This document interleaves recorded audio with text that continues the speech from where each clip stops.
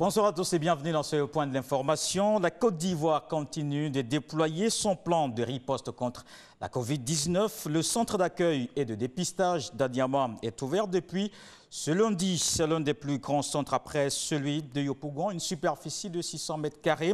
L'innovation de ce centre, c'est la traçabilité des différents cas de Covid. Patricia Omouetia. Avec une superficie de 600 mètres carrés, le centre d'accueil et de dépistage d'Aniama est l'un des centres les plus grands après celui de Yopougon. L'ouverture officielle du centre s'est faite en présence du ministre de la Santé et des autorités de la localité. Ici, nous avons au moins une équipe de 100 jeunes qui sillonnent les quartiers et villages pour pouvoir sensibiliser, pour que chacun vraiment puisse faire attention et respecter les mesures barrières.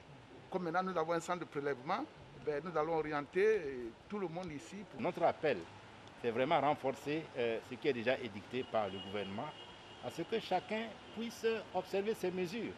Ça nous permettra d'interrompre la transmission. Le centre comprend des salles de consultation, des salles de stockage, des salles de prélèvement et d'isolement.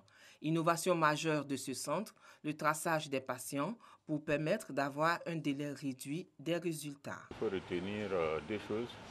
Avec l'introduction de la tablette, de l'ordinateur, le rendu souvent tardif des résultats va être amélioré ici.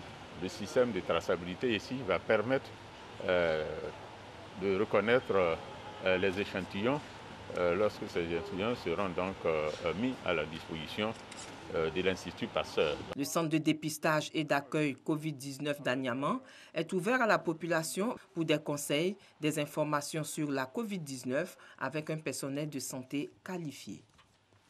Et dans la lutte contre la Covid-19, les contributions se multiplient. Un pont du service des maladies infectieuses et tropicales du CHU de Trècheville rénové et équipé. C'est l'œuvre d'un groupe spécialisé dans les travaux publics. C'est un investissement de 80 millions de francs CFA. Par ce geste, la société veut aider à freiner la propagation de la maladie. Le nouveau bâtiment remis officiellement au ministère de la Santé.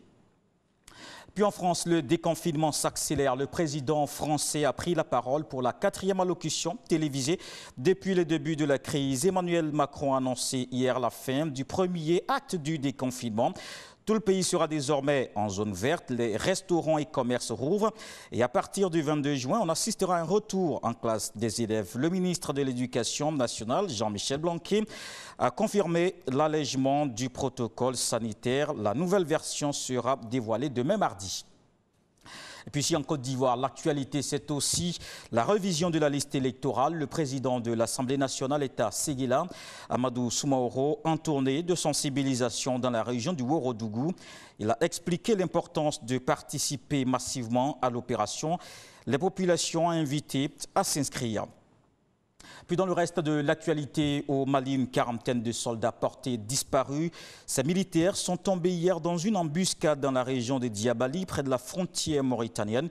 Les forces armées maliennes étaient en patrouille dans cette zone. Depuis hier soir, l'armée de l'air effectue des recherches. Et puis en Russie, l'Américain Paul Whelan, condamné à 16 ans de prison pour espionnage. Un verdict très lourd pour cet ancien militaire américain qui n'a cessé de clamer son innocence. Il affirme avoir été piégé. L'affaire débute en décembre 2018 lorsque l'homme de 50 ans est arrêté dans sa chambre d'hôtel à Moscou. En sa possession, une clé USB que lui a remise l'une de ses connaissances russes. Les services de contre-espionnage en Russie affirment que s'y trouvent des informations hautement confidentielles. Et puis au Venezuela, l'opposition refuse de participer aux prochaines législatives. Le scrutin prévu pour la fin de l'année en cause la nomination vendredi d'un nouveau Conseil national électoral par le tribunal suprême de justice, une institution jugée acquise au président Nicolás Maduro. C'est la fin de ce point d'information. On se retrouve à 20 h.